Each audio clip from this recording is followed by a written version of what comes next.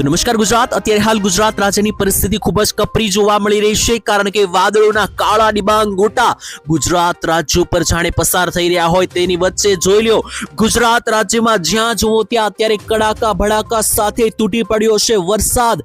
દક્ષિણ ગુજરાતથી માંડીને મધ્ય ગુજરાત, સૌરાષ્ટ્ર, ઉત્તર ગુજરાત અને કચ્છ લાગુના વિસ્તારોમાં બધે જ ઓલ ઓવર ગુજરાતમાં અત્યારે વરસાદની સિસ્ટમો પથરાઈને બેસી ચૂકી છે અને અત્યારે હાલ 6 તારીખ આખો દિવસ ગુજરાત રાજ્યમાં મિત્રો જે વરસાદ પડ્યો છે તેને સમજાવવા માટે મારી પાસે શબ્દો નથી, એટલો ભયંકર વરસાદ પડ્યો છે।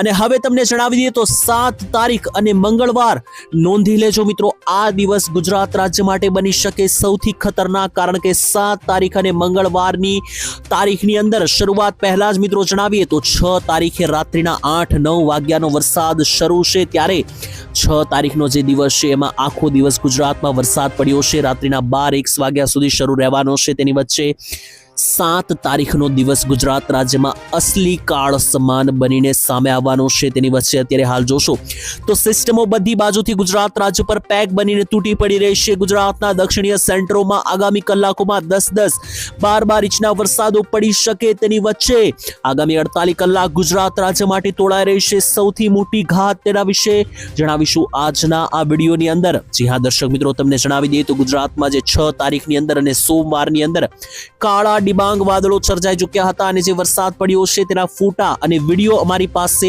આવી ચૂક્યા છે, આંકડાઓ પણ અમારી પાસે આવી ચૂક્યા છે। અને આટલું જ નહીં મિત્રો, ગુજરાત રાજ્યમાં જે વરસાદી પરિસ્થિતિ છે અત્યારે હાલ તે દિવસે ને દિવસે વધારે ખતરનાક બનતી જોવા મળી રહી છે અને હવે આ નવી સિસ્ટમ 7 તારીખની અંદર આખા ગુજરાતમાં કાળ સમાન વરસાદ વરસાવશે તેવું લાગી રહ્યું છે। તેના વિશે આજના આ વિડીયોમાં હું તમને કમ્પ્લીટ માહિતી આપવાનો છું અને એ પણ સરળ ગુજરાતી દેશી ભાષાની અંદર।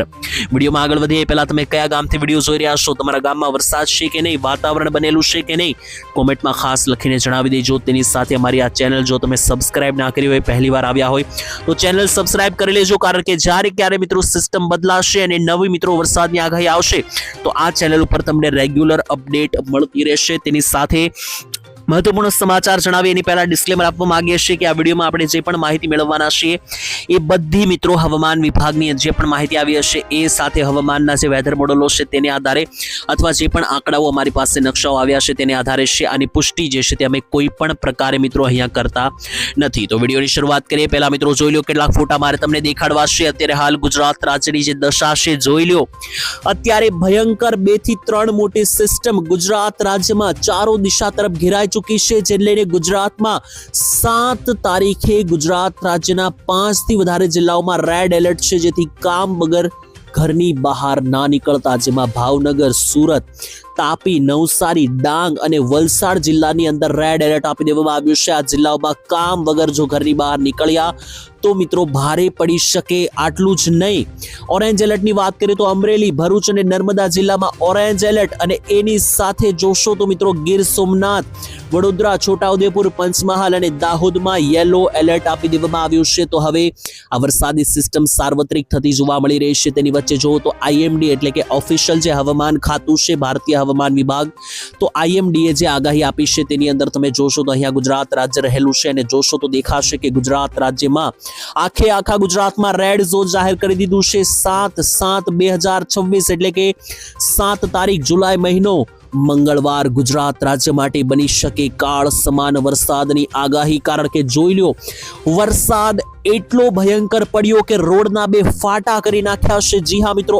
અમરેલી જિલ્લા પાસેથી અમારી પાસે આ ફોટો આવ્યો છે, એટલા ભયંકર વરસાદો પડ્યા કે પાણીએ પોતાની જગ્યા કરવા માટે રોડ ફાડી નાખ્યો છે। જોઈ લો મિત્રો, આ રોડ વચ્ચેથી એકદમ ફાટી નાખ્યો છે પાણીના પ્રવાહે અને આટલો ભયંકર વરસાદનું ફોર્સ મિત્રો વધી રહ્યું છે, જેને કારણે જોવો તો મિત્રો આ સુરતના ગરનાળા પાસે ગોઠણ સમા પાણી, સુરતના વરાછા, કતારગામ, કામરેજ બધે પાણી જોવા મળી રહ્યું છે। આટલું જ નહીં, આ મિત્રો જોવો તો અમરાપુર, કુકાવાવ, અમરેલી જિલ્લાનો વિડીયો છે, જોશો તો ગામડાઓના ખેતરો પાણીમાં ધોવાઈ ચૂક્યા છે।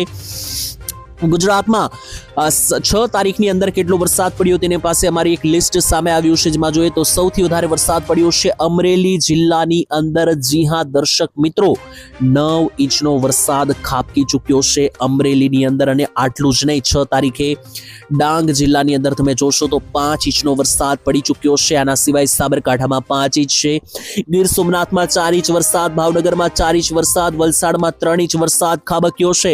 આના સિવાય પણ બીજા જિલ્લાઓ વિશે વાત કરીએ તો અહીંયા તમે લાઈવ જોઈ શકો મિત્રો, ઉત્તર ગુજરાતના બનાસકાંઠામાં 1.5 ઇંચ 1.5 ઇંચ વરસાદ, પાટણમાં 1.5 ઇંચ વરસાદ, મહેસાણામાં 2 ઇંચ, ગાંધીનગરમાં 1 ઇંચ, દાહોદમાં 1 ઇંચ વરસાદ, અમદાવાદ જિલ્લાની અંદર પણ 1 ઇંચ વરસાદ, આણંદની અંદર 40 mm એટલે 1.5 ઇંચ વરસાદ, સુરતમાં પણ 1.5 ઇંચ વરસાદ, નર્મદાની અંદર મિત્રો જોશો તો 1 ઇંચ વરસાદ, સુરેન્દ્રનગરમાં 2.25 ઇંચ વરસાદ, રાજકોટમાં 1, જુનાગઢમાં 1.5 અને જામનગર મોરબીમાં 1 ઇંચના વરસાદો પડ્યા છે. તો ગુજરાત રાજ્યમાં જે તાંડવ શરૂ થયું છે ઓલ ઓવર આખા ગુજરાતની અંદર ભૂકા બોલાવી રહ્યું છે, તેની વચ્ચે અમારી પાસે એક નકશો આવ્યો છે, જોઈ લો. 13 તારીખ પછી ગુજરાત રાજ્યમાં વરસાદ વિરામ લેતો જોવા મળી રહ્યો છે, કારણ કે અત્યારે હાલ જે સિસ્ટમો ગુજરાતમાં સક્રિય છે એને કારણે 8 થી 12 તારીખની વચ્ચે હજુ ગુજરાતમાં વરસાદનો રાઉન્ડ રહેવાનો છે, પરંતુ 13 તારીખથી 20 તારીખની વચ્ચે જોશો તો કોઈ મોટી સિસ્ટમ ભારતની નીચે બની રહી નથી, જેથી 13 થી 20 તારીખ એક આરામ બનશે વરસાદનો.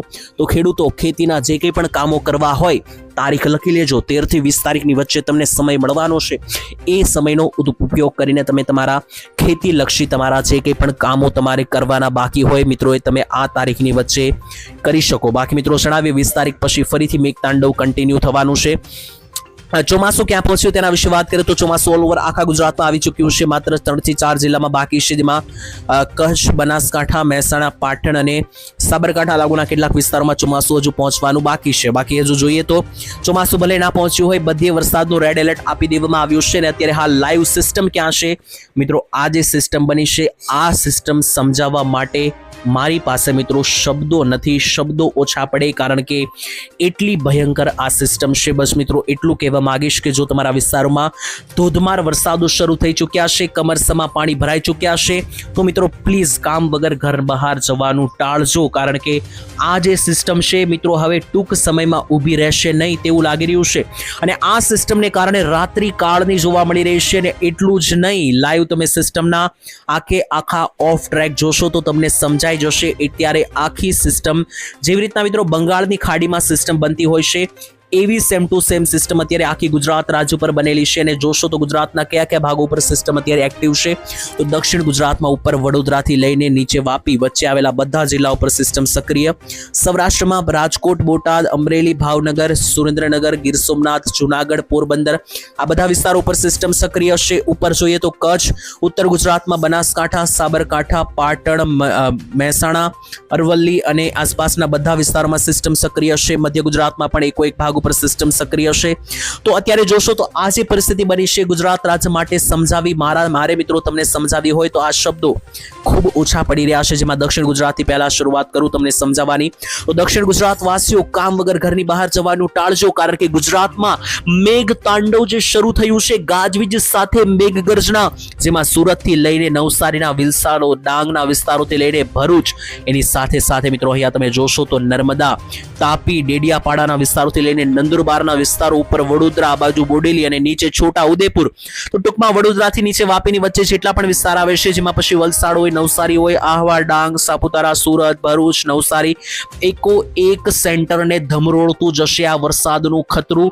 તેની વચ્ચે મિત્રો જોઈએ તો મધ્ય ગુજરાત ઉપર તો પહાડ સમાન સિસ્ટમ આવીને તૂટી પડી ચૂકી છે. મધ્ય ગુજરાત વાસીઓ કામ વગર ઘરની બહાર જવાનું ટાળજો, કારણ કે જોઈ લો મધ્ય ગુજરાતની ઉપર દાહોદથી માંડીને ગોધરા, આ બાજુ લુણાવાડા, આ બાજુ અમદાવાદ, ગાંધીનગર, પ્રાંતિજ, બાયડ, નડિયાદ, આણંદના વિસ્તારોથી લઈને નીચે જોશો તો આસપાસના ખંભાત બધા જ સેન્ટરોમાં હવે આ લો પ્રેશર સિસ્ટમ સક્રિય થવાને કારણે ગાજવીજ સાથે ધોધમાર વરસાદો શરૂ થઈ રહ્યા છે. કાયદેસર આભ ફાટતું જોવા મળી રહ્યું છે. અને ઉત્તર ગુજરાતના સેન્ટરોમાં તો સૌથી મોટો ખતરો દોડાઈ રહ્યો છે, કારણ કે ઉત્તર ગુજરાતમાં જે પાટણ આસપાસ રાધનપુર આવેલું છે, મણિયારી આવેલું છે, તેની સાથે કડીથી ઉપર મિત્રો જોશો તો મહેસાણાની ઉપર છે પાલનપુર, ડીસા, થરાદ, ધાનેરા, સુઈગામ, ઈડર, ઉપરાંત જ એની સાથે સાથે બનાસકાંઠા, સાબરકાંઠા અને અરવલ્લીમાં આવેલા તમામ જે તાલુકાઓ છે બધે મેઘરાજાની એટલી ભયંકર સવારી જોવા મળી રહી છે કે આસપાસના બધા જ વિસ્તારોમાં મેઘરાજા તોફાન સાથે મંડાઈ પડવાના છે. તો તૈયારીમાં રહેજો, તૈયારીમાં કરી રાખજો. વાત કરીએ કચ્છની તો મિત્રો કચ્છમાં ઘણા બધા દિવસોથી વરસાદ નહોતો. કચ્છવાળા ફરિયાદ કરતા હતા. તો મિત્રો હવે કચ્છમાં જે સવારી શરૂ થઈ ચૂકી છે મેઘરાજાની, મેઘરાજા ગાંડા તૂર બનીને ઉતરી પડ્યા છે, જેમાં આખા કચ્છમાં આવેલા તમામ તાલુકાઓ પર અત્યારે વરસાદો શરૂ થઈ ચૂક્યા છે અને હજુ આવનારી કલાકોમાં આ સિસ્ટમ જે છે તે કચ્છને ધમરોળશે. ત્યારે વાત કરીએ સૌરાષ્ટ્રમાં કેવી સિસ્ટમ જોવા મળી રહી છે, તો તમે અહીંયા લાઈવ જોઈ શકો મિત્રો. સૌરાષ્ટ્રનું તો હવે નક્કી આવી બન્યું, કારણ કે ભાવનગર જિલ્લા ઉપર જોશો તો ભાવનગરમાં પાલીતાણાથી લઈને રાજુલાની બોર્ડર પાસે આવેલું મહુવા, લીલિયાના વિસ્તારોથી લઈને મિત્રો આ બાજુ જોઈએ તો ભાવનગર અને અમરેલીની વાત કરી રહ્યો છું, જેમાં બાબરા, લાઠી, જાફરાબાદથી લઈને નીચેના વિસ્તારો વિશે વાત કરીએ તો અહીંયા રાજુલા, લીલિયાથી લઈને બોર્ડર પાસે જોઈએ તો ગારિયાધાર, આ બધા સેન્ટરોમાં કાયદેસર વરસાદ ભૂક્કા બોલાવશે. તેની સાથે ગીર સોમનાથ અને જુનાગઢ જિલ્લામાં પણ જોઈ શકો કે વેરાવળથી લઈને ઉનાના વિસ્તાર, તુલસીશ્યામ, સાસણગીર, ગીરના જંગલો આસપાસ, વિસાવદર, કેશોદ, આ બધા વિસ્તારોમાં કાયદેસર આગામી કલાકોમાં વરસાદી તોફાન ભૂક્કા બોલાવશે. એની સાથે જોશો તો અહીંયા મિત્રો ભાવનગર જિલ્લાની ઉપરના જે વિસ્તાર છે જેમ કે બોટાદ અને રાજકોટ, આ બંને જિલ્લાની અંદર પણ સૌથી મોટો ખતરો તોળાઈ રહ્યો છે. ભાવનગર અને ઉપરના જે સેન્ટરો છે રાજકોટ, બોટાદના, અહીંયા પણ મિત્રો સાવચેતી રાખવી પડશે. સિસ્ટમના વાદળો ભૂક્કા બોલાવશે. એની સાથે બાકીના મિત્રો રહી ગયેલા બધા જિલ્લાની અંદર અત્યારે હાલ ભયંકર સિસ્ટમ જોવા મળી રહી છે, જેમાં અહીંયા જોશો તો એક બાજુ મોરબી છે, બીજી બાજુ જોશો તો અહીંયા એક બાજુ મોરબી, બીજી બાજુ સુરેન્દ્રનગર, આ બાજુ જામનગર, દ્વારકા. છતાં પણ જોઈએ તો દ્વારકા અને જામનગર પાસે ઓછી સિસ્ટમ છે, જેથી દ્વારકા અને જામનગરમાં કોઈ એવા વધારે વરસાદ તો જોવા નહીં મળે, પરંતુ મોરબી, સુરેન્દ્રનગર અને નીચે જોશો તો પોરબંદર, આ બધા જિલ્લાઓની અંદર રીતસરનું આભ ફાટતું જોવા મળી રહ્યું છે.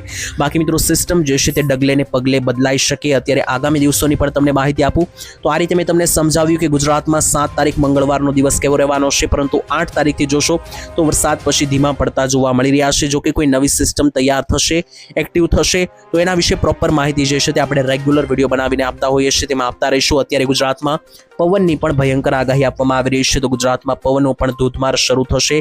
જોઈ લો, દરિયાકાંઠેથી 60 કિલોમીટર પ્રતિ કલાકના પવનોની પણ આગાહી છે. બાકી મિત્રો તમારું ગામ કયું છે અને હાલ તમારા ગામમાં વરસાદની કોઈ પરિસ્થિતિ છે કે નહીં, ખાસ કોમેન્ટમાં લખીને જણાવી દેજો. આજ માટે આટલું જ રાખીએ છીએ. ફરીથી મિત્રો રેગ્યુલર વિડીયોમાં જેવી રીતના વાત કરીએ છીએ આવતીકાલે મળીશું એક નવા હવામાન સમાચારમાં. ત્યાં સુધી દરેક લોકો આજ માટે રજા આપશે. ધન્યવાદ. જય માતાજી, જય દ્વારકાધીશ.